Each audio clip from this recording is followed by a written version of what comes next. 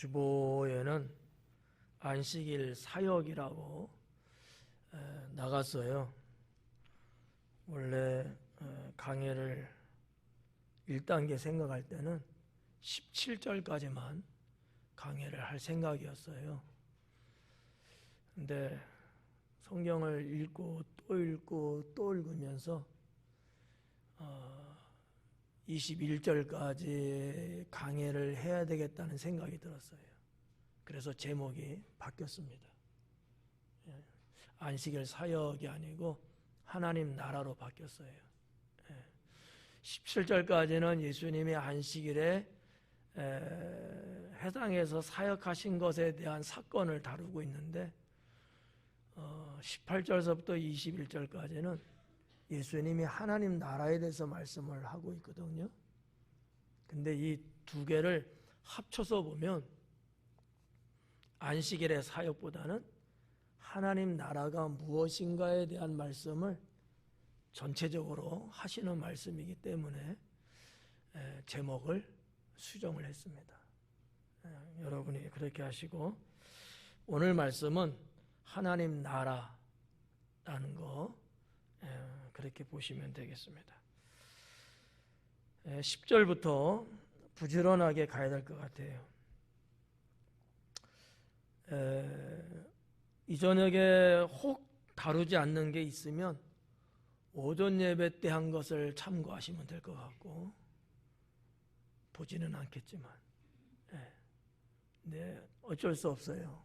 오전 예배의 성도하고 저녁 예배 성도가 다르기 때문에 거기에 바꾸어서 또 강연을 해야 되기 때문에 그 점은 여러분이 좀 이해를 해야 될 것 같고요.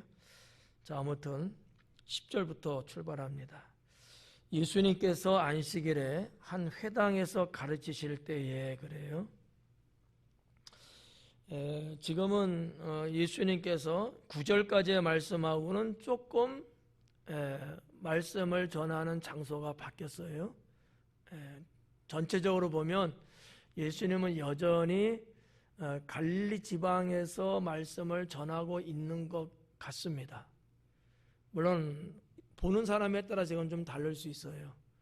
어떤 분은 베레아 지방이라고 넌지시 생각하는 분도 있어요. 근데 제가 보는 관점에서는 마태복음과 마가복음하고 누가복음 이 세 공간복음에 그 기록된 말씀, 똑같은 사건을 기록한 것을 쭉 조사를 해보면 아직 베레아로 가지는 않은 것 같아요.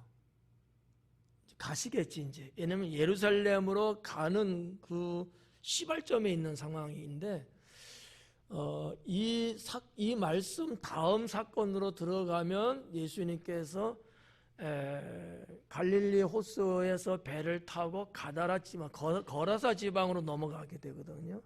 근데 누가복음에서는 아직 그러지는 않아요. 거라사 지방으로 내려가서 데가볼리로 내려가시고 예루살렘으로 아마 가실 거예요. 근데 아직은 여러 가지를 놓고 볼 때 그런 거 아닌 것 같아서 제가 볼 때는 이거는 뭐 중요한 건 아니에요. 중요한 건 아닌데 제가 볼 때는 지금 갈릴리 지방, 갈릴리 어딘지는 몰라요. 그러나 아마 갈릴리 지방에서 복음을 전하셨을 거다 이렇게 보는 거예요. 이 앞부분에서 복음을 전한 장소는 막달라라는 데서 복음을 전하셨거든요. 그것은 갈릴리 호수 서쪽에 있고 거라사 지방 갈릴리 호수 동쪽에 있어요. 이쪽에서 이쪽으로 서에서 동으로 배 타고 건너가는 장면이 나중에 이제 나오게 돼 있거든요. 여러 가지 봤을 때 이렇게 볼 수 있고 회당이라는 장소가 이제 나오는데 회당은 지역마다 크기가 각각 다릅니다. 회당에 대한 설명은 안 할게요. 뭐 여러 차례 해드렸기 때문에 회당의 역사적인 것도 이미 다 설명해 드렸고 했기 때문에 다 넘어가도록 하고요. 회당은 큰 지역은 회당의 사이즈도 크고요. 작은 마을은 회당의 사이즈도 좀 작아요. 근데 그냥 그런 대로 괜찮다 할 정도, 보통 사이즈 정도의 회당이라면은 제가 보기에는 약 50평 내외 정도 되지 않을까 이렇게 생각을 하는데, 그거는 제 그냥 하는 얘기는 아니고요. 고고학적으로 발굴된 터, 그리고 또 문서로 내려오는 내용을 여러 가지 참작해 봤을 때 약 한 50평 내외 정도 되지 않을까 이렇게 이제 봐지고요. 아마 가장 큰 회당은 글쎄 한 가버나움 회당이 크지 않았을까 이렇게 생각됩니다.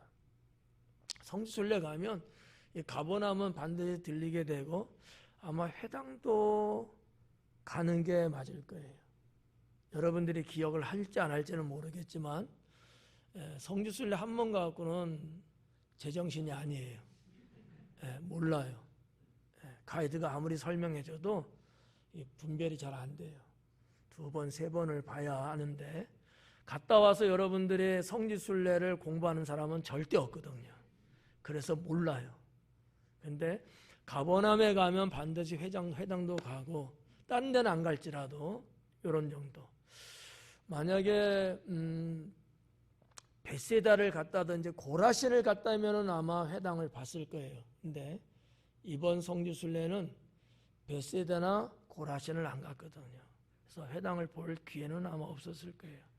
그런 데는 좀 작아요. 약 한 30평 내외 정도, 사이즈가 좀 다르죠. 자, 아무튼 오늘 예수님은 이 안식일에 한 회당에서 가르치셨다 이런 말씀을 기록하고 있다는 거죠. 자, 여기에서 사건의 발단은 안식일이라고 하는 사건이에요. 자, 안식일은 누구나 다 알다시피 이때만큼은 노동할 수 없다는 것이 철칙이죠. 이거는 불변이에요. 그래서 모세 율법을 통해서도 말씀을 하셨고 유대 백성들은 누구나 할 것 없이 다 그렇게 알고 있고요. 지금도 이스라엘 유대 민족들은 안식일날 노동하지 않습니다. 이건 철저해요. 우리가 성지순례 갔을 때도 안식일에 딱 걸렸어요. 어디 갔을 때 걸렸죠? 통곡의 벽에 갔을 때 걸렸어요. 그런 것 같지 않아요? 그래서 뭐를 못했어요? 사진을 찍을 수가 없었어요. 사진 찍는 것 자체가 노동으로 보거든요. 아쉽게도 거기서 찍은 사진은 없습니다. 이런 게 이제 참 아쉽고 놓친 부분이죠. 이 정도로 유대인들은 안식일만큼은 철저하다라고 하는 거죠. 근데 예수님이 안식일날 그것도 회당에서 일어난 사건을 기록하고 있다는 거죠. 지난번에 갔을 때도 유대 땅에서 안식일에 걸렸어요. 근데 거기는 통곡의 벽은 아니고 그날은 안식일날 이스라엘에서 요르단으로 넘어가는 과정이 있었어요. 그렇지만 식당에 문을 연 데가 없어서 우리가 점심 식사를 할 수가 없었어요. 어떻게 했느냐? 주유소에 있는 편의점이 그나마 있어갖고 거기에서 컵라면 등등 사갖고 그 길거리에서 요기를 때웠던 적은 있습니다. 무슨 얘기다? 안식일날은 그만큼 유대인에게 있어서는 철저하게 지키는 정말 율법이라고 이렇게 여러분들이 보시면 오늘 이 말씀을 좀 더 받아들이는데 쉬울 수 있습니다. 자, 이렇게 회당에서 이제 가르치시는데 예수님은 줄곧 회당에서 많이 말씀을 가르쳤어요. 곳곳 가는 곳마다 동네마다 물론 동네에서도 말씀을 전하셨지만 가급적이면 예수님은 그 마을을 들리면 회당을 찾으셨다라고 하는 것이죠. 특히 안식일 때는. 안식일이 아닐 때는 그러지를 않으셨어요. 안식일이 딱 걸리면 제일 먼저 찾는 것이 회당이었습니다. 이것은 아마 제가 볼 때에 예수님도 유대인이고 불필요한 잡음을 가질 이유가 없다고 여겼을 거예요. 유대인이라면 당연히 안식일날 예루살렘 같으면 예루살렘 성전을 가지만 그 외에 지방에는 성전이 없으니까 회당을 가게 돼 있거든요. 그래서 아마 갔을 것 같고, 가서 예수님은 납비들의 어떠한 가르침을 듣기도 하겠지만 제가 볼 땐 그럴 것 같지는 않아요. 가셔서 언제나 예수님의 말씀을 가르치셨다라고 하는 것이죠. 예수님의 사역의 유형이 한 3가지로 집약할 수 있는데, 첫째는 복음을 선포하셨어요. 이것은 들녘이든지 아니면 산이든지 해변이든지 어떠한 일정한 건물 안이 아닌 이렇게 바깥에서 예수님은 복음을 선포하셨다라는 거죠. 이 첫 번째가 복음 선포예요. 두 번째는 각색 질병을 고쳐주시는 사역을 하셨다라는 거고요. 세 번째는 귀신을 내쫓는 사역을 하셨고요. 네 번째는 회당에서 말씀을 가르치셨다라는 거죠. 대체적으로 이 4가지가 예수님 공생의 사역에서 볼 수 있는 사역의 유형들이에요. 아마 여기에 다 해당될 것 같아요. 이외에도 있을 수는 있겠지만 하여튼 그렇게 이제 볼 수 있는데, 오늘 여기 4번째라고 볼 수 있어요. 이 순서는 제가 그냥 말한 거예요. 이거는 성경 진리 그런 건 아니에요.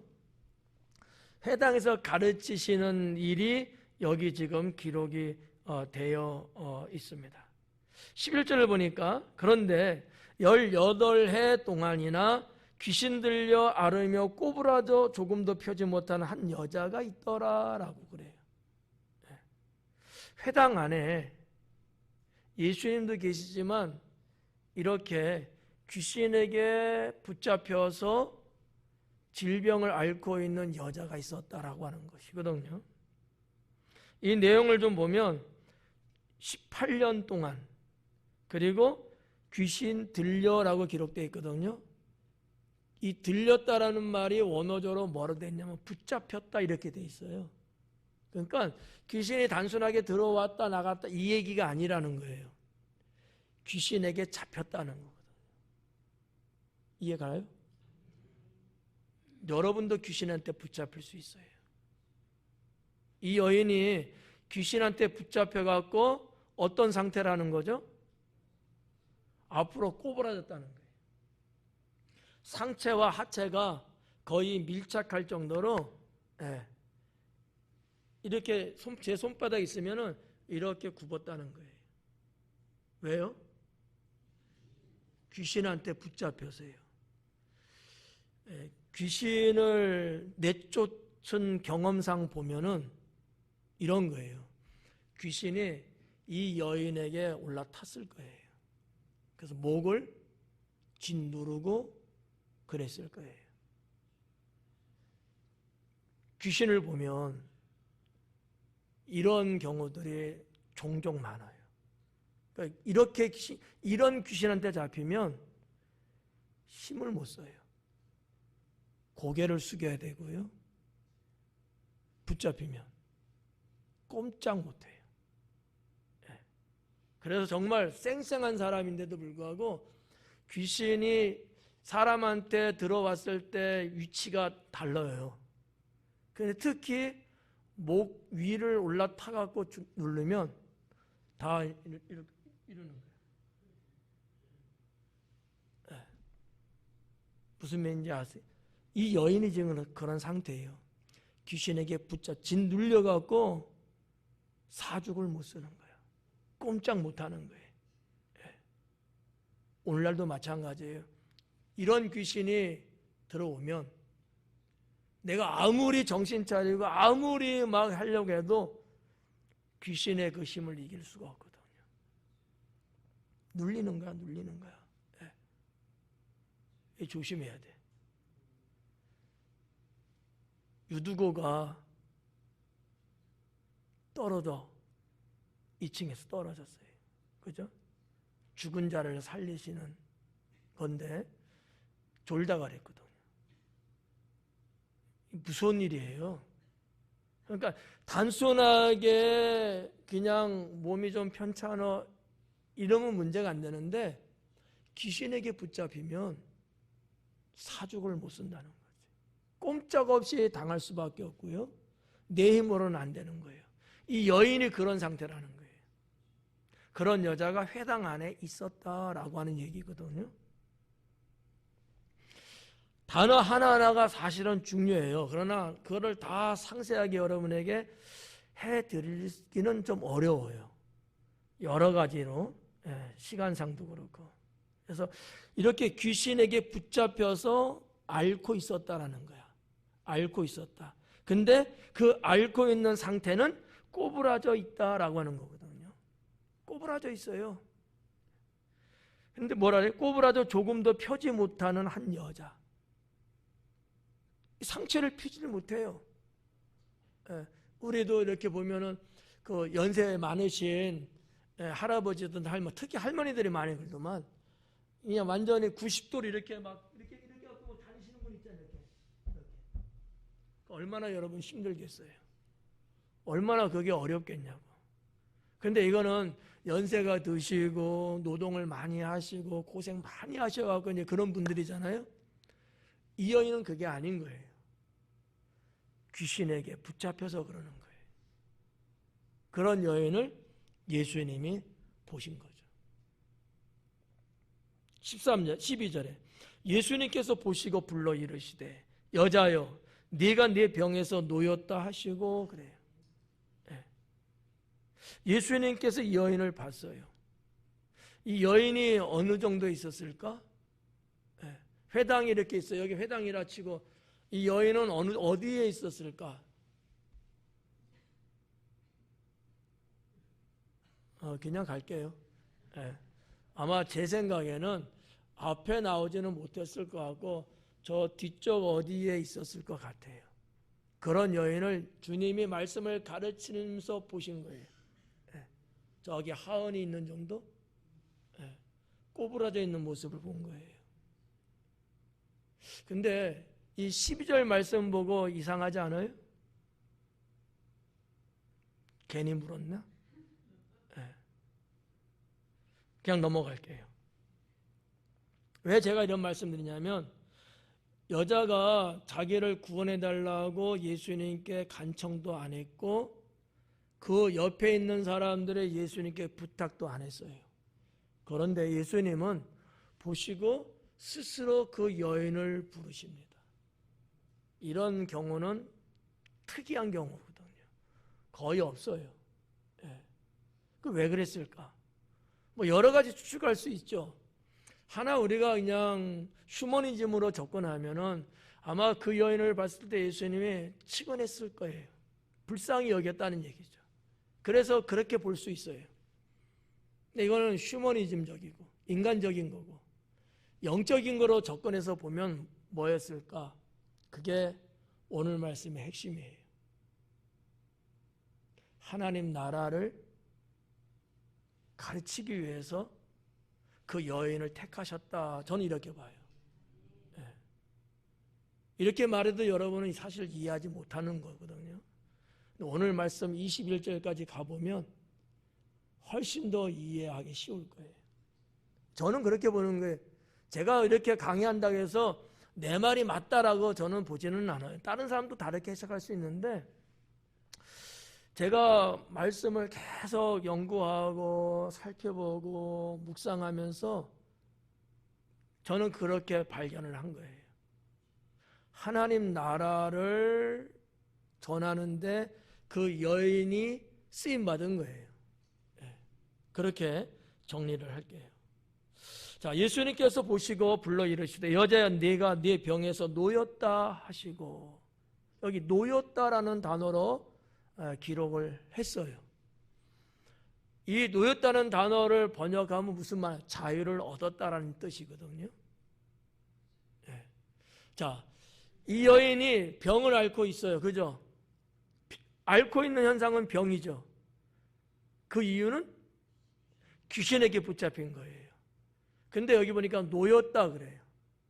보편적으로 예수님이 병을 치료하신 경우, 그것도 간청하고 부탁하고 등등 이래서 병을 고쳐줄 때는 뭐라고 말씀을 하셨냐면, 내가 너를 구원하였다. 너의 믿음이 너를 구원해. 이 구원이라는 단어를 많이 썼어요. 병에서 낫다라는 단어가 신약 성경에 한 번 나오나 그래요. 요한복음에. 낫다라는 거를 거의 안 썼어요. 물론 그 외에도 여러 가지 언어적 파생에 의한 단어들은 있는데, 근데 여기 보니까 놓았다라는 거야. 왜 놓았냐 이거지. 병 걸렸는데 고침 받았다, 병이 낫다 등등 이런 단어를 써야 되거든요. 그 단어를 안 썼고 자유를 얻었다는 단어를 썼다는 거죠. 왜죠? 귀신에게 붙잡혔다가 노임받았기 때문인 거죠. 이 사건은 단순한 사건은 그런 면에서 아니다라는 거거든요. 왜냐하면 단순한 질병 때문에 고침받은 것은 그건 끝이에요, 그냥. 그런데 이것은 한 영혼을 귀신이, 사탄이 붙잡고 있는 거거든요. 천국과 지옥의 관계에 있다는 거예요. 이 말씀이 이해하려면 뒷부분 가야 이해가 이제 가능해질 수 있을 거예요. 자, 여기까지 어떻게 이해하는데, 받아들이는데 어려울까요? 괜찮아요? 예. 그러면 13절. 안수하시니 그래요.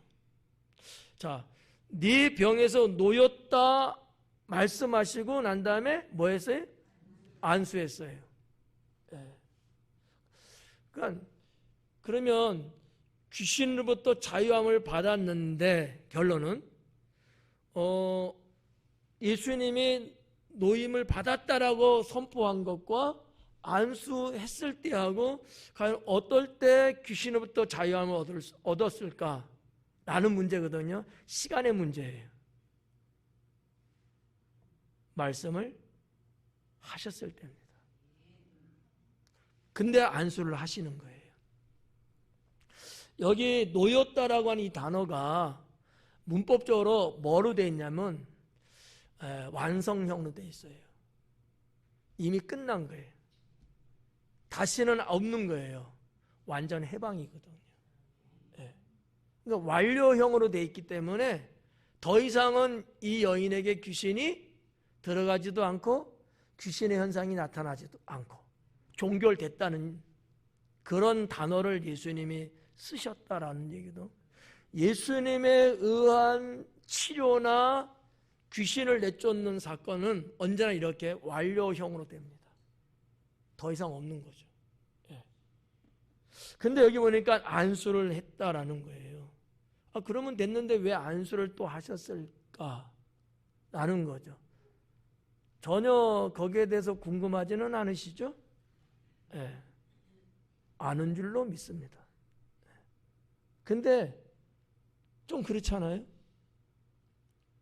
제가 본 건데, 말씀을 선포해서 문제는 해결하셨지만 이것은 예수님의 관점에서는 그러면 되는 건데, 안수는 귀신으로부터 자유함을 얻은 자에게는 이게 필요한 거예요. 이것은 유대인들에게 있어서 종교적이고 신앙적인 중요한 부분이거든요.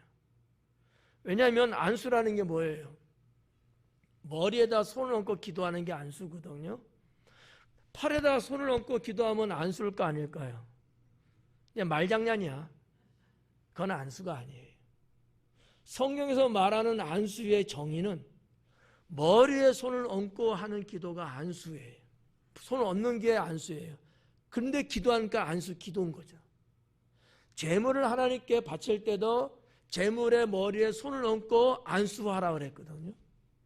그거예요. 자, 그러면 왜 안수를 하는 걸까라는 거죠. 안수를 할 때 하나님이 임재하십니다. 또 하나는 안수를 할 때 안수한 자에게 임한 능력이 그에게 전가됩니다. 안수의 의미는 두 가지예요. 하나님이 임재하시는 것과 또 하나는 안수하는 사람이 받은 하나님의 능력을 그 사람에게 주는 거예요.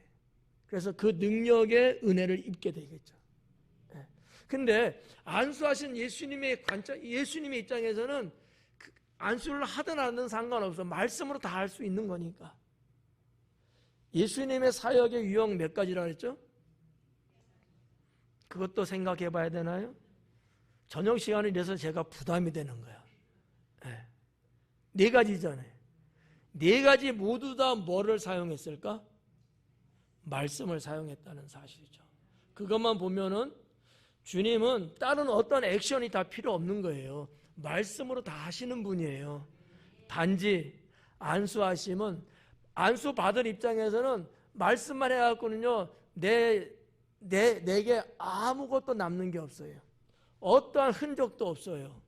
근데 특히 유대인들은 대대적으로 안수 받는 것에 대한 흔적, 안수 받음에 대한 영적 상징, 이런 것들이 있거든요. 그래서 아마 예수님이 이미 귀신의 문제는 해결했음에도 불구하고 그를 앞에 불러서 안수까지 하지 않았겠는가, 이렇게 볼 수 있다는 사실이죠. 이거를 여러분이 구분을 하시면 돼요. 주님은 말씀으로 다 하시는 분이다. 그럼에도 불구하고 왜 굳이 안수까지 해주시느냐? 안수를 해서만 능력이 나타나는 게 아니고 안수 받는 자의 상태를 헤아려 주시는 거예요. 이렇게 보면 좀 더 해석하기 쉽지 않을까. 못 알아들으면 할 수 없고요. 이거를 이해를 하셔야 돼요. 정신 바짝 차려야 돼요. 졸며 잘 싸면 큰일 납니다. 자, 그렇게 보시면 좋을 것 같고요. 13절에 안수하시는 여자가 곧 펴고 그러잖아요. 곧 펴고. 이 곧이라고 하는 단어를 누가가 썼어요. 시간 단어거든요. 즉시라는 얘기예요. 그러니까 말씀을 선포하시고 안수를 하셨는데 그 여인에게 바로 나타난 거야. 근데 표고라고 단어를 사용하셨거든요. 표고라는 게 원어적으로 무슨 뜻이냐면 회복하다라는 단어예요. 그걸 우리 성경에서는 표고라고 번역을 한 거예요. 병세가 귀신에게 잡혔던 이 고통이 바로 회복돼 버렸어요. 놀라운 일이죠. 그런데 그런 것이 어떻게 됐어요? 사람으로 표현된 거, 모습으로 나타난 게 굽었던 것이 쫙 펴진 거예요. 쫙 펴진 거예요. 이게 회복됐다. 저는 그래서 이 여인을 이날 이 사건을 통해서 저는 이 여인을 뭐라고 평가하냐면 회복된 인생이다. 저는 이렇게 봐요. 하나님의 나라가 내게 임하고 주의 능력이 내게 있어 내가 살게 되면 우리의 삶은 언제든지 회복됩니다. 그러나 그렇지 못하고 귀신에게 잡히면 사망의 인생 됩니다. 하나님 믿는다고 다 여러분 모두 오케이가 아니에요.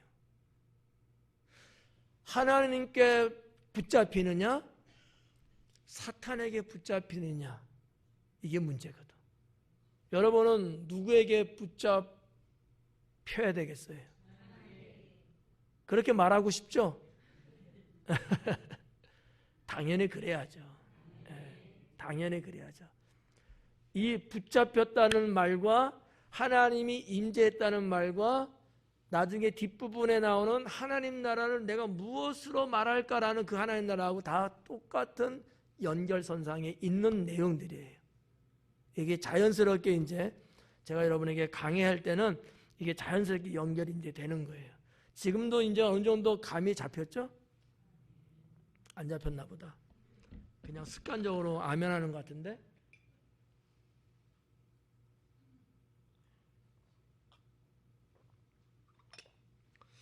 한 여인의 귀신에게 붙잡혔던 것이 예수님 권세로 인하여서 그가 자유함을 얻었어요.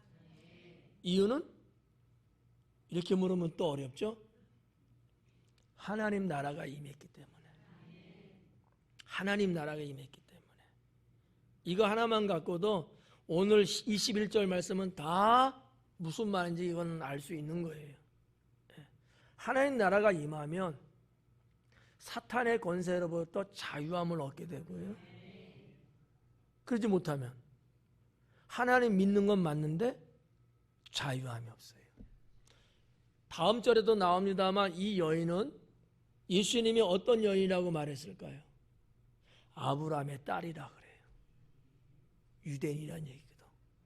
그리고 이 여인에게서 발견할 수 있는 게 뭐냐? 이 여인이 갖고 있는 신앙이에요. 신앙이 없는 여인이 아니라는 얘기죠. 그럼에도 불구하고 어떤 상태였어요? 귀신에게 붙잡힌 상태였어요. 오늘날 우리가 하나님 믿는다고 하는데 그런 우리들 중에 누군가는 귀신에게 붙잡힐 수도 있다라고 하는 얘기예요. 이게 걱정스러운 거고요. 이게 문제인 거죠. 그러나 정말 하나님 나라가 임재한 자에게는 아까 놓였다라는 것이 문법적으로 뭐라 그랬죠? 완료형이라고 말씀드렸어요. 다시는 없다는 거지. 정말 하나님 나라가 임재한 성도는, 정말 하나님 나라가 자기에게 임한 그런 교인은 귀신에게 붙잡힐 이유가 없죠. 그러나 그게 없는 교인은 귀신에게 붙잡힐 수도 있다라고 하는 얘기예요.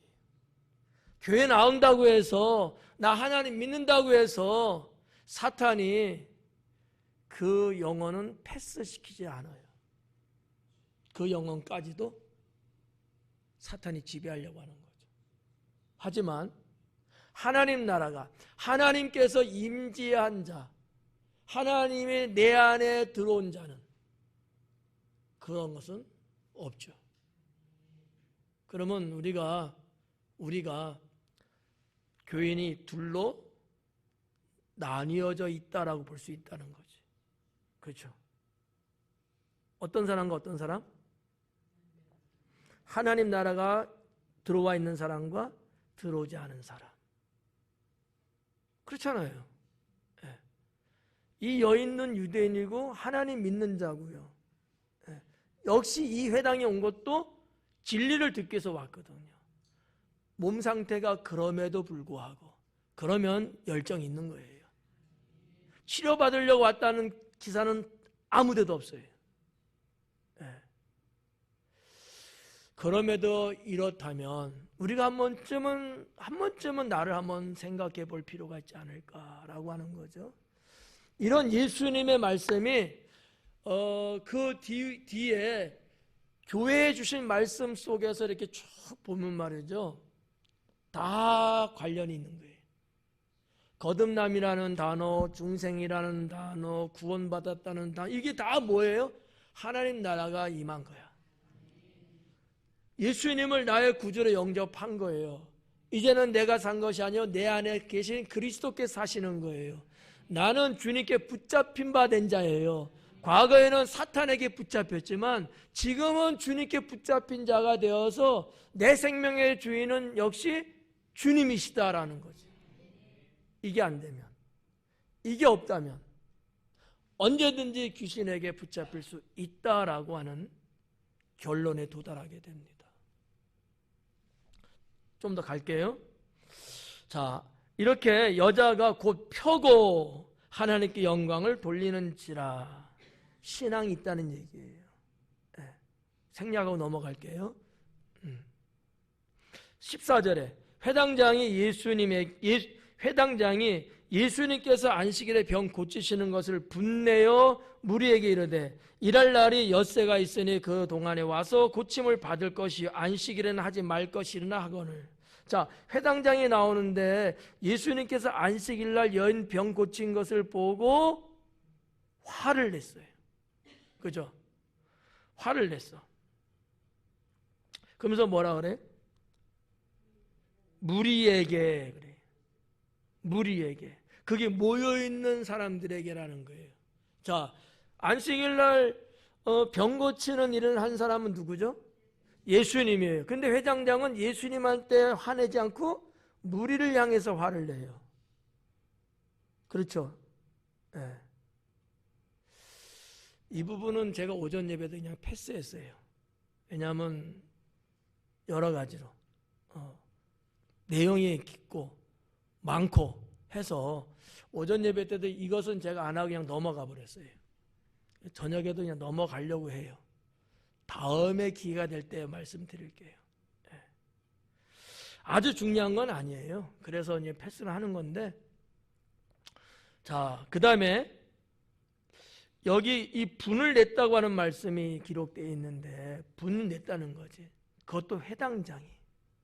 여러분, 이날 이 회당장한테는 제가 상당히 미안한 얘기지만, 하나님 나라가 임재하고 하나님의 능력을 가지고 사는 사람은 분내는 삶을 살면 안 됩니다. 하나님 나라의 속성은 뭐냐면 말이죠. 두 가지로 집약할 수 있어요. 하나님 나라를 받은 사람들에 대한 얘기예요. 첫째, 평강입니다.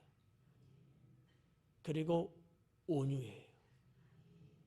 그러니까 이 회당장도 정말 하나님 여호와를 신실하게 믿는 자라면 설상 그와 같은 일이 있었을지라도 화를 내면서 문제를 해결하려고 해서는 안 된다라는 얘기죠.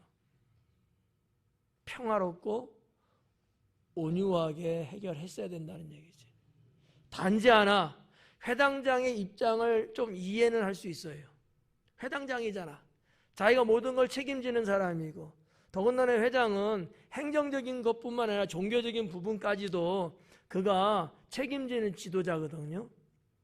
근데 지금 예수님은 모세 율법을 어긴 것 같이 여기고 있단 말이죠. 근데 이것이 모여있는 유대인들에게 영향을 줄까요, 안 줄까요? 줘요. 그래서 이걸 차단하기 위해서 무리에게 이 말을 던진 거예요. 이 정도만 해주고 가도 되겠죠, 그냥? 오전 예배는 이 말씀 안 드렸어요. 바빠서 갈 길이.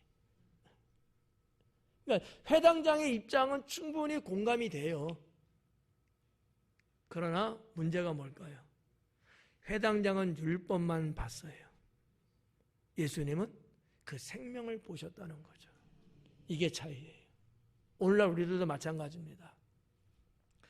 내가 뭐 누구다, 내가 맡은 게 뭐다, 내 할 일이 뭐다, 우리 다 그런 어떤 직분과 직책 갖고 있잖아요. 근데 이 일을 추진하고 이 일을 뭔가 하는 데 있어서 누군가 조금 껄끄럽고 부딪히고 이런 있을 수 있거든. 그럴 때 회당장처럼 가면 안 된다는 거지. 내 할 일은 맞는데 그게 더 중요한 게 아니고 한 여인의 영원히 구원받는 문제가 더 중요하다는 이 사실을 볼 수 있어야 되거든요. 이것을 우리는 여기서 하나 얻어야 돼요. 이러지 못하면 우리는 예수님이 회당장과 모인 무리들 향해서 뭐라 했냐, 외식하는 자들이여 이랬거든요. 우리도 외식하는 자가 돼버려요. 하나님을 믿는다고 하지만 실상은 하나님이 기뻐하지 않는 일을 하고 있기 때문에 가증스럽다는 거죠. 근데 왜 그러는 거예요? 내 할 업무가 그런데 이거 방해하고 있는 것 같아. 이거잖아요. 그게 중요하냐는 거지. 아니라는 거죠. 영혼, 생명이 더 중요하다라고 하는 것이죠. 여러분들의 신앙생활 하시면서 중요하게 여길 것 두 가지를 말씀을 드릴게요. 그게 뭐냐면, 하나는 진리냐 아니냐를 봐야 돼요. 이게 진리냐 아니냐, 이걸 봐야 되고요. 두 번째는 생명을 살리는 거냐 아니냐, 이걸 보셔야 돼요. 진리든지 생명을 살리는 일이라면 율법을 뛰어넘을 수 있어야 된다라는 거죠. 이해가요? 네. 예수님이 지금 그런 상태이고요. 예수님이. 네. 사마리아 사람에 대한 비유의 말씀을 예수님이 하셨잖아요. 그것도 똑같은 거예요. 물론 거기에서는 누가 이웃이냐라는 것에 대한 비유의 말씀이긴 하지만 나오고 있는 내용상으로 볼 때는 레위인과 제사장이 강도 만난 청년을 봤음에도 불구하고 하고 돌아서 가거든요. 예수님은 그걸 지적한 거예요. 이거는 외식하는 자라는 거죠. 물론 레위인도 제사장도 뭐 나름대로 자기 뭔가 바쁘다든지 뭔가 이유가 있을 수 있죠. 근데 예수님이 보는 관점에서는 그래도 그러면 안 된다라는 거예요. 죽어가는 청년을 살렸어야 된다는 거거든요. 우리가 하나님을 믿는 성도로서 세상을 살아가고 인생을 사는 데 있어서 언제나 이 두 가지는 놓쳐서는 안 돼요. 진리냐 아니냐, 저 사람이 말하는 게 진리냐 아니냐, 내가 행동하는 게 진리에서 하는 거냐 진리 없이 하는 거냐, 이 기준점을 갖고 가셔라. 그리고 생명을 살리는 일이냐 죽이는 일이냐, 이걸 보셔야 된다는 거예요. 여러분, 제가 목사인데 주일날 예배를 왔는데 지금은 사택이네요. 그러고 제가 바깥에 나가 산다고 봐봐. 오다가 교통사고 난 것을 봤는데 사람이 거의 피트성으로 있는 거예요. 난 시간 맞춰 와야 되는 거야. 교회는 성도들이 예배 때문에 와 있어. 어떻게 되죠? 에? 이렇게 주저리 그 시간에 죽어. 어떻게 해야 돼요? 왜? 에? 예배가 중요하지 뭐 사람이 중요해. 안 그래? 많은 사람들이 생명을 보지 않아요. 우리 믿는 사람들조차도. 주님의 뜻에서 이거는 어긋나는 거예요. 예배 중요하죠. 가장 중요하죠. 더군다나 우리가 예배 드려 가는 입장인데 그것도 목사가 주변에 누군가 구조할 사람이 있으면은 별개 문제예요. 없는 거죠. 나는 빨리 그 생명을 살려주는 게 중요하죠. 윤리에 대한 문제예요. 이것이 기독교 윤리라고 하는 거죠. 두 가지를 여러분이 가지고 가면 나는 좋겠다라고 생각합니다. 아셨죠? 네. 자, 오늘 말씀하고 무관한 내용은 아닌데 살짝 사이드 메뉴로 지금 드린 거예요. 그래서 회당장이 예수님이 안식일 병 고치는 것 같고 화를 내니까 예수님은 거기에 대해서 이제 말씀을 하셔요. 한번 볼까요? 15절에 주님께서 대답하여 이르시되 외식하는 자들아. 외식하는 자들이에요. 이게 히포크리타이라고 하는 단어로 되어 있거든요. 히포크리타이. 이 무슨 얘기냐면 연극이라는 단어예요. 배우들이 연극을 하잖아요. 그죠? 진짜예요, 가짜예요? 가짜예요. 그게 히포크리타이예요. 그거를 한국 성경에서 외식하는 거로 번역을 한 거예요. 연극은 진짜가 아니야. 배우의 진짜 삶이 아니고 배우가 지금 연극하게 나타나는 성격이 그 사람의 원래 성격이 아닌 거죠. 내가 맡은 배역에 맞게끔 하는 거잖아요. 그러면 그 사람, 배우의 그 사람 것과 그게 나오는 그 사람하고 서로 다른 거잖아요. 이게 히포크리타이라는 거죠. 예. 가짜예요. 속인다라는 거거든요. 그게 연극이에요. 그 관중들은 보면서 사실은 배우가 속이는 거예요. 나를 보이는 게 아니고 그게 역할을 내가 보여주는 거거든.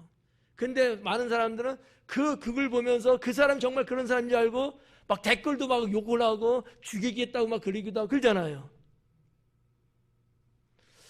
자, 예수님이 이 히포크리타이라는 단어를 쓰셨어요. 우리가 12장 마지막 부분에서 그 부분을 봤거든요. 외식하는 자요. 여러분은 어떠세요? 외식하는 자일까요? 아닐까요? 아니겠지. 때로는 외식하는 자처럼 우리가 행동할 때가 있더라라는 얘기죠. 무슨 얘기일까요? 우리는 하나님 자녀입니다. 천국 백성이에요. 그럼 우리가 세상 살면서도 어떻게 사셔야 되죠? 하나님 자녀답게 살아야 되잖아요. 근데 우리는 세상 사람들처럼 살 때가 있다니까. 외식하는 자예요. 속과 겉이 틀리다는 얘기예요. 주님은 기뻐하지 않겠죠? 네. 자, 이런 부분들을 좀 보면서 외식하는 자들아 너희가 각각 안식일에 자기의 소나 나귀를 외양간에서 풀어내어 이끌고 가서 물을 먹이지 아니하냐? 너희도 그러지 않느냐? 이거예요. 예. 안식일이라 할지라도 외양간 이런 등등에 있는 그 짐승들 풀어서 목말라하고 배고플 때 주지 않느냐 이거예요. 근데 안식일이야. 이래도 되는 거예요? 안 돼. 안 되는데 왜 예수님은 이런 말씀을 하셨을까라는 거죠. 그거는 유대인들이 가지고 있는 미슈나라는 책이 있어요. 이거는 조상 대대로 내려오는 구전, 말로 우리나라도 구전이 있잖아요. 할아버지 할머니들 옛날 저게 이야기해 주는 그런 거 있잖아요. 구전이거든.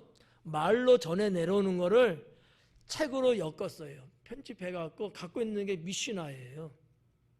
미슈나가 나름대로 상당히 방대한 것인데 이것이 유대 백성들의 일상생활 속에서 어떻게 해야 된다는 규범집 같이 이렇게 돼 있어요. 이게 만들어진 지 꽤 오래된 거거든요. 거기에는 할 수 있다고 기록이 되어 있어요. 예수님은 야 생명 살리는 게 중요하지 이렇게 대바치지 않았다는 거죠. 지혜롭게 유대인들이 다 알고 있는 미슈나의 내용을 가지고서 이야기를 회당장한테 합니다. 이 말을 듣는 회당장은 반박 못하는 거예요. 그게 현실이거든요. 그렇게 유대인이 그건 하고 있거든요. 미슈나에 보면 이런 내용이 있어요. 안식일이지만 짐승이 짐을 매지 않았을 때는 허용이 가능해요. 그리고 짐승을 데리고든지 여행을 나갈 때 말이죠. 여행을 나갈 때. 여행의 규범을 어기지 않는 한도 내에서 즉 910m 범위 안에서는 가능하다 돼 있거든요. 예수님은 이 말씀을 갖고 답변을 하는 거야. 이거는 제가 생각해 본 거예요.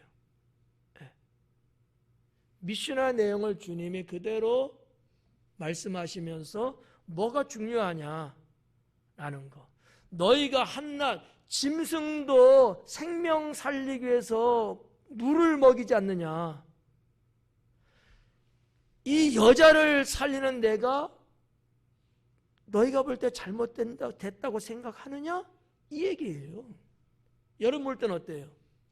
예수님의 이 사건 잘못한 걸까요? 잘한 걸까요? 잘한 거죠. 네. 근데 아멘이야 혹시 쭈그려. 그런 말씀을 지금 주님이 하고 계시는 거다 이렇게 보시면 되겠고요. 거기에 대한 내용을 한번 볼게요. 16절. 그러면 18해 동안 사탄에게 매인받은 이 아브라함의 딸을, 예수님은 그 여인이 누구라는 거 알죠 벌써. 여인의 정체성, 여인의 어떤 존재라는 거 안 거야. 아브라함의 딸이야. 유대 백성이에요. 거기다가 아까도 보니까 신앙이 있는 사람이야. 여러분 유대인이 유대인을 죽여요? 지금 이스라엘 하마스 전쟁 속에서 지금 계속 지금 인질로 잡혀간 사람들 지금 다시 석방돼서 지금 교환하고 있잖아요. 물론 모든 자국 백성들 귀한 건 맞죠. 특히 근데 유대인들은 좀 달라요. 그게 달라. 다른 민족은 좀 달라요. 유대 백성 한 명은 하나님 나라와 같다고 본단 말이죠. 그런 너희가 짐승도 먹이면서 이 여인이 귀신에게 붙잡혀서 저 모양인 것을 너희는 그것을 불쌍히 여기지 않고 그래도 되느냐라는 거지. 상당히 강력하게 예수님이 지금 반증하고 있는 내용을 누가가 기록하고 있다, 이렇게 보면 될 것 같습니다. 여기 보니까 16절 마지막 부분에 합당하지 아니하냐 그러잖아요. 합당하지 아니하. 이게 무슨 말이냐면 우쿠 에데이라는 단어로 되어 있는 건데, 우쿠 에데이 무슨 뜻이냐면 마땅히 그래야 되지 않느냐 이거예요. 이 여인을 귀신에부터 해방시켜주는 이게 마땅히 그래야 되는 것 아니냐라는 거예요. 절대적이라는 표현이거든요. 예. 그러니 뭐 해당장이 무슨 말을 할 수 있겠어요. 그리고 나서 나온 게 17절 말씀입니다. 예수님께서 이 말씀을 하시매 모든 반대하는 자들은 부끄러워하고, 예. 누가가 보는 관점이죠.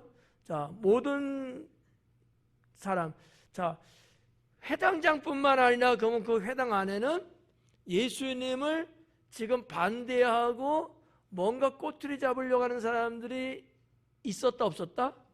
있었다라는 것을 느낄 수 있어요. 그죠? 여기 그렇게 나왔잖아요.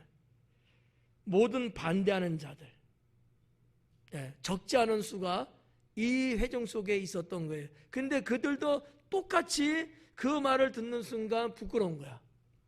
네, 어찌할 바를 모르는 거예요. 잘못 건진 거지 일종의. 네.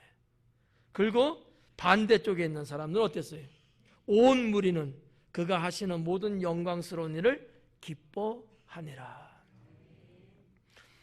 기뻐한다는 이 표현도 조금 저 같으면 기뻐한다는 표현보다는 즐거워하니라라는 걸로 좀 바꾸고 싶어요.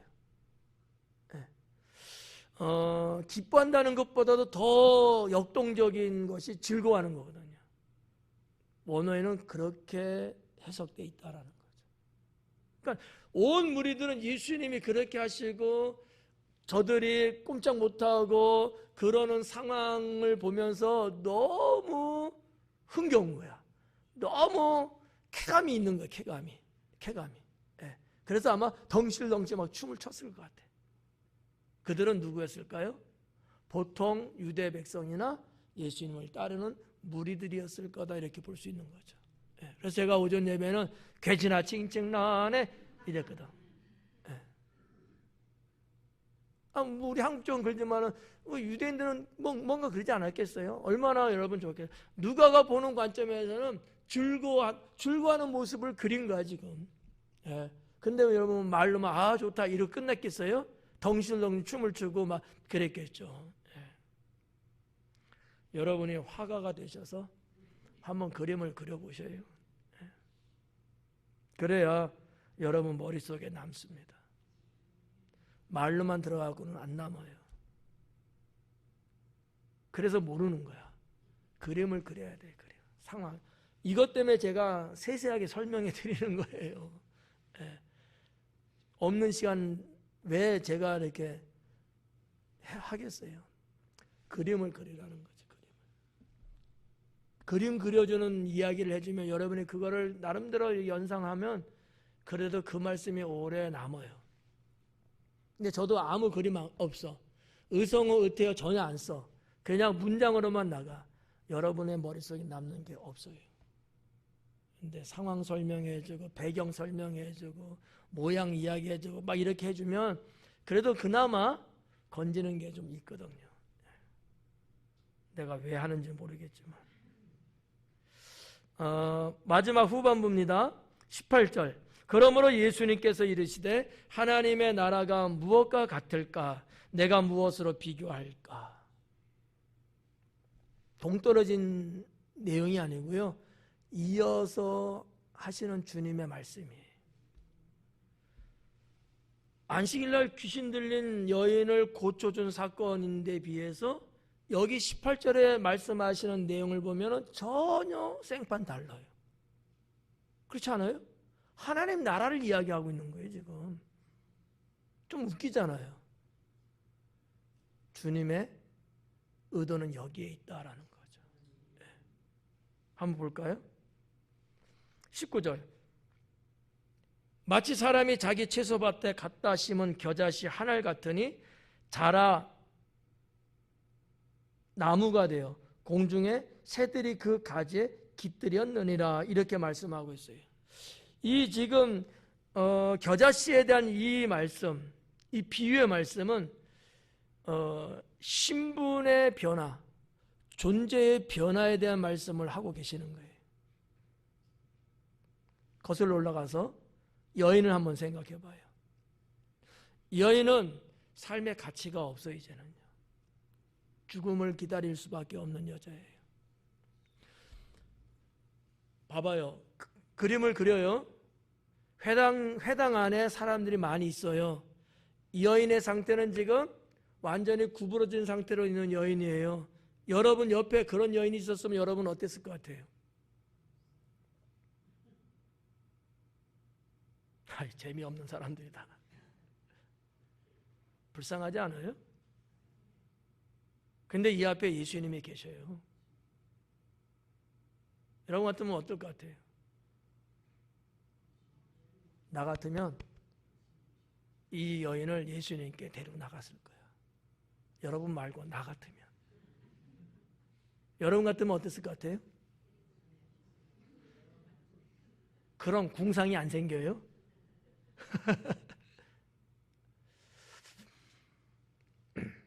근데 여기 모인 사람들이 안 하잖아요.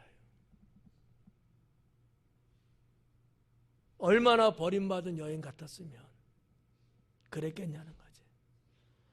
여러분, 이 여인이 한 100km 된 데서 왔겠어요? 그 동네 사람일 거예요. 그럼에도 불구하고 사람들의 눈에도 안 들어오고 관심도 없고 처방도 없어요. 이 정도면 동네 사람들은 어떻게 생각했을까요? 죽은 송장같이 생각했을 거예요. 그냥 무관심? 그렇잖아. 그런 여자가 예수님에 의해서 영혼의 자유를 얻고 병에서 고침을 받아요. 이게 하나님 나라라는 거죠. 이게 하나님 나라예요. 여러분, 하나님 나라, 여러분 우리 똑같아요. 예전에 주님 믿기 전에 사탄에 붙잡혀서 살던 자들이에요. 그런데 주님이 불쌍히 여기시고 직접 주님이 내게 오셔가지고 나를 살리신 거예요. 그 내용이 겨자씨 내용입니다. 한번 볼까요? 마치 사람이 19절 자기 채소밭에 갖다 심은 겨자씨 한 알 같으니. 자, 여기 채소밭이라고 나와 있잖아요. 채소밭이라고 번역하기는 조금 애매해요. 원어 단어에 뭐라 했냐면 캐포스라는 단어를 썼거든요. 이 단어는 정확하게 뭐를 말하냐면 정원을 말하고 있어요. 좀 채소밭이라고 해서 뭐 나쁜 건 아닌데 좀 비약해서 말하면 채소밭이라고 하는 그 유대인들의 생활 상황하고 정원이라고 하는 건 전혀 존재감이 다르거든요. 네. 이게 이해가 갈지 모르겠네. 정원은 주인의 손길에서 늘 존재하는 공간이고요. 채소 밭대기라는 것은 떨어져 있는 거예요. 제 생각에 채소밭이라고 번역하기보다는 카포스의 원뜻대로 정원이라고 번역하는 게 훨씬 더 낫지 않았을까, 이런 생각을 좀 가져요. 자, 아무튼 정원에다 갖다 심은 거야. 뭐를? 겨자씨. 겨자씨가 알죠? 아주 작다는 거. 약 2mm 정도밖에 안 돼요. 요만큼. 여러분 내 눈곱보다도 작아. 여러분 눈곱이라 말하면 기분 나쁠 테니까 내 눈곱보다도 적을 수도 있어. 네. 정말 작은 거거든요. 그렇지만 하잘 것 없다는 얘기예요. 겨자씨라는 표현은 하잘 것 없다는 거예요. 아무것도 아니라는 거예요. 어떤 의미도 없다는 표현이거든요. 그거를 하나님 정원에 심은 거예요. 그 어떻게 됐대요? 자라서 예. 가지에 새들이 깃들였다는 얘기예요. 그러면 우리가 하나님께 구원받고 하나님 나라에 심겨졌어요. 그럼 우리는 어떻게 해야 돼요? 자라나야죠? 예. 새들이 깃들인데요. 무슨 얘기예요? 여러분 때문에 여러분 안에 세상 사람들이 들어와서 집을 짓고 살 수 있어야 돼요. 예. 이 겨자 여기 나무라고 이게 뭐 자라 나무가 됐다 이렇게 표현하고 있습니다만은 사실 겨자는 그 뭐랄까 이 식물학적으로 보면은 풀과에 속한 거거든요. 풀이거든요. 그래서 겨자 풀이에요. 보편적으로 뭐 그냥 별로 안 자란 거는 뭐 한 1m 안짝이고요. 좀 자랐다면 한 1m, 1.5m. 많이 자랐다 해봤자 2m거든요. 성지순례 갔을 때 겨자 풀 보셨어요? 오전 예배 때도 본다는 사람이 없는 것 같은데 저녁 예배도 본 사람이 없는 것 같은데 저는 봤어요. 여러분도 보셨을 거야. 그게 겨자인지 아닌지 관심이 없었기 때문이겠지. 다음에 가는 사람은 꼭 보시기 바라요. 예. 못 본 이유는 졸며 잘 새여서 못 봤는지도 몰라. 이게 유대 광야에 엄청나게 피어 있는 게 겨자거든. 겨자는 알잖아요, 여러분. 겨자 식물 알잖아요. 별로 모르나 보네. 그래요? 인터넷에서 찾아봐요. 그럼 나와. 이걸 내가 어떻게 해드릴 수 없으니까 검색해요. 겨자 풀 쳐봐요. 쫙 나와. 이미지 쭉 나오거든요. 이게 겨자 풀이구나. 그거예요. 깃들였다는 단어도 됐습니다. 이게 뭐냐면은 집을 치고 살았다는 거야. 낮아요. 그러니까 이 새들이 밑으로 쭉 날라 들어가고 거기에 집 짓고 거기에서 시원하잖아. 거기에서 안식을 취한단 말이지.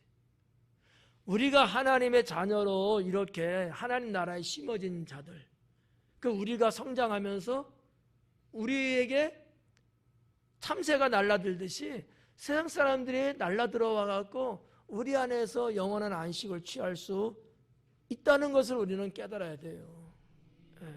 무슨 말인지 이해 가요? 이게 안 되면 우리는 잘못 믿고 있는 것 아니냐라는 거지. 하나님 나라, 하나님 정원에 심어졌는데 우리는 피지 못하고 죽고 있는지도 몰라요. 그렇죠? 내가 지금 어떻게 사는가를 봐야 돼요. 나 때문에 나로 인해서 내 주변 사람들이 하나님 나라로 오고 있는지, 전혀 상관없이 내가 지금 살고 있는지. 분명히 예수님은 그렇게 말씀했거든요. 깃들인데요. 이 말이 무슨 말인지 모르면 국어사전 찾아보면 또 나와요. 깃들이다. 자풀에 불과한 겨자입니다. 우리도 그런 존재였다는 거죠. 그러나 이제는 성경이 말씀한 것처럼 너희가 하나님의 아들을 믿는 것과 아는 일에 하나가 되어 성숙해져서 그리스도의 장성한 분량이 이르기까지 자라나라 그러잖아요. 자라나야 돼요. 겨자도 여러분 쓰임새가 많다는 건 아시죠? 남자는 몰라도 여자분들은 아시겠지.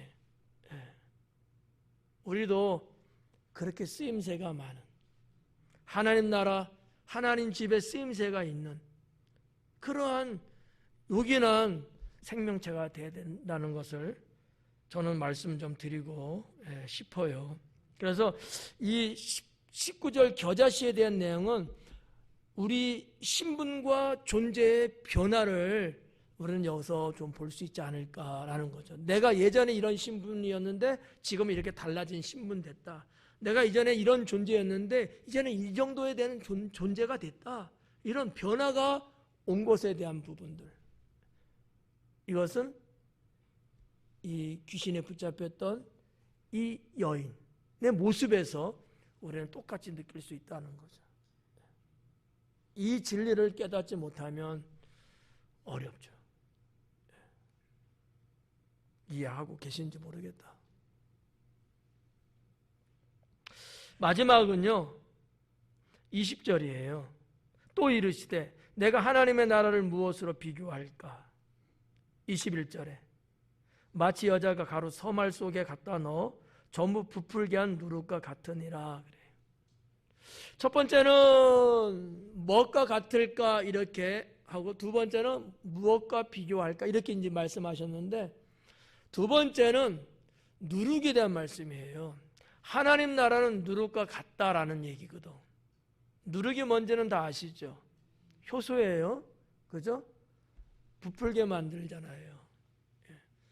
자, 그게 뭐냐? 그건 여러분 인터넷 찾아보시면 다 나오는 거니까 찾아보시고, 누룩과 같다는 거, 누룩의 역할이 크게 두 가지 볼 수 있는데, 하나는 번성이에요, 번성. 가루 서말에 누룩을 풀었더니 다 부풀겠다는 거거든요. 가루 서말이 그렇게 양이 많은 건 아니에요. 보편적으로 유대인들이 그냥 이렇게 뭐 식사라고 할까? 뭔가 이렇게 만들 때 늘상 하는 단위 정도가 한 서말 정도 된다 그래요. 이것이 용량으로 따지면 약 12리터 정도 된다고 합니다. 근데 우리나라적으로나 여러 가지 볼 때는 이런 게 없기 때문에 비교 분석하기는 참 어려워요. 서말. 우리 한국말로 번역됐는데 사실 스톤이라는 단어거든요. 헬라어로. 이게 우리나라에서 어떻게 이게 가름이 안 돼. 부피의 단위인데, 그래도 이렇게 추적해보고 구약 성경에도 세스아라는 단어가 나오거든요. 이런 여러 가지를 다 얽히고 설킨 것을 다 이렇게 해서 조사를 해보니까 한 12리터 정도 되는 부피의 양을 말하는 건데, 그거 별로 안 되거든요. 1.5리터짜리 PT병 그거 한 8개 뭐 이렇게 몇 개 풀어먹으면 얼마나 되겠어요? 다 부풀게 한다는 거야. 그렇지만 누룩은 많이 안 해. 근데 이게 퍼지는 이 번성의 힘이 강하거든, 누룩은. 보통 이제 술 만드는 사람들이 누룩을 많이 쓰죠.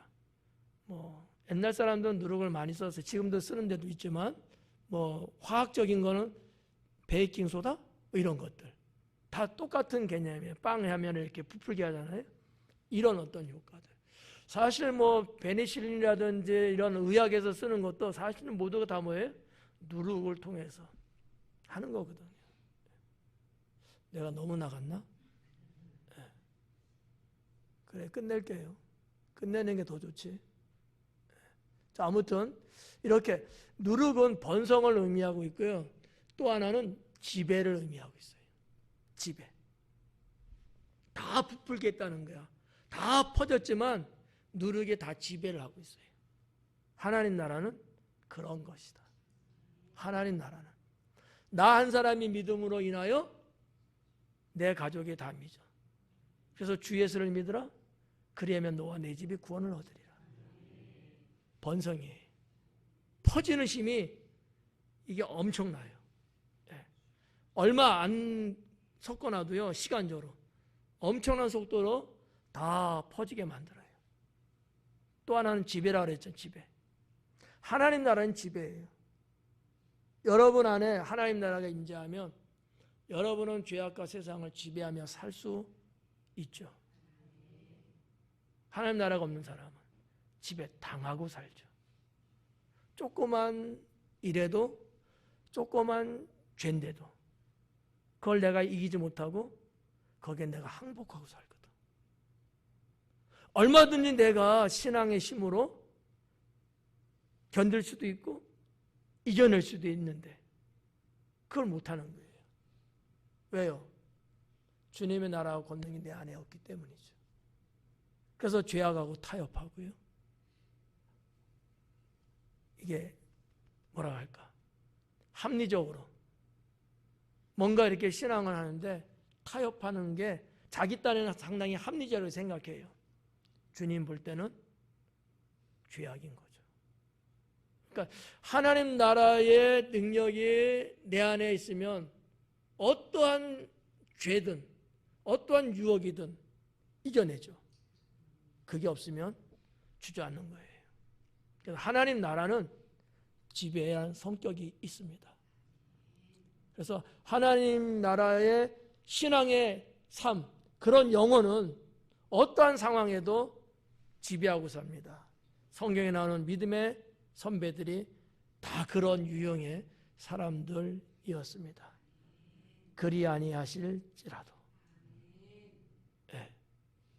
내가 오히려 물리적으로 나를 짓누르는 자들을 향하여 내가 오히려 지배하는 능력을 사용하고 있다는 사실이죠.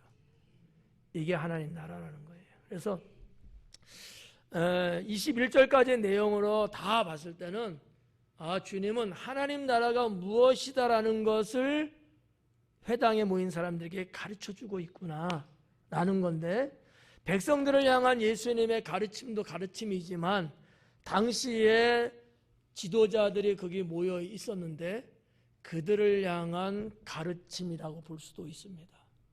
너희들이 이래야 되는데 그러지 않고 있다라고 하는 것이죠. 근데 예수님이 누구예요?